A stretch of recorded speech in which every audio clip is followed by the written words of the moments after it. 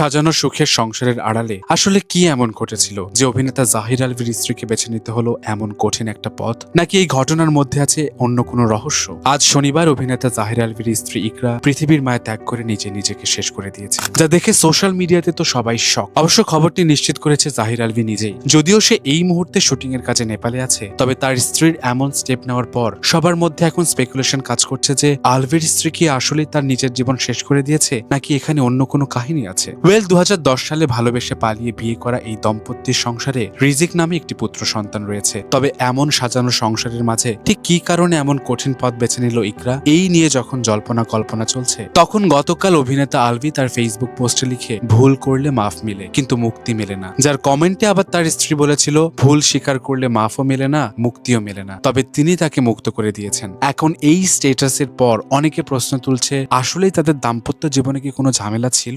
যেখানে আবার বারিশাহকের স্বামী আলভি সীমান্ত ইকরার চলে যাওয়া নিয়ে সরাসরি দায়ী করেছে আলভি এবং একজন ইউটিউবের নায়িকাকে। হ্যাঁ, যদিও সে কোনো নায়িকার নাম মেনশন করেনি, তবে অনেকের মতে এটি কোনো স্বাভাবিক ঘটনা নয়, কারণ এর মাত্র একদিন আগে ইকরার শেয়ার করা পোস্টগুলো দেখে তার এমন পরিণতির কোনো আভাস পাওয়া যায়নি। যেমন রশ্মিকা এবং বিজয়ের রিসেন্ট বিয়ের কিউট কিছু মুহূর্ত শেয়ার করে সে। সেই সাথে গতকাল ভূমিকম্পের আশঙ্কা নিয়ে তার সন্তান রিজিকের প্রতি ভালোবাসা দেখিয়ে একটা স্ট্যাটাসও সোশ্যাল মিডিয়াতে শেয়ার করে। এছাড়া ইকরা তার নিজের ছবি দিয়ে একটি ক্যাপশনও শেয়ার করে, যা দেখে অনেকে ভেবেছিলেন তিনি হয়তো মানসিকভাবে ট্রমাতে আছে। এখন পাবলিকরা তো যে যার মতো পারছে স্পেকুলেশন করে যাচ্ছে, তবে এখন দেখার পালা আলভি কি দেশে এসে এই নিয়ে মুখ খুলবেন, নাকি অন্যদের থেকে জানা যাবে এর আসল কাহিনী।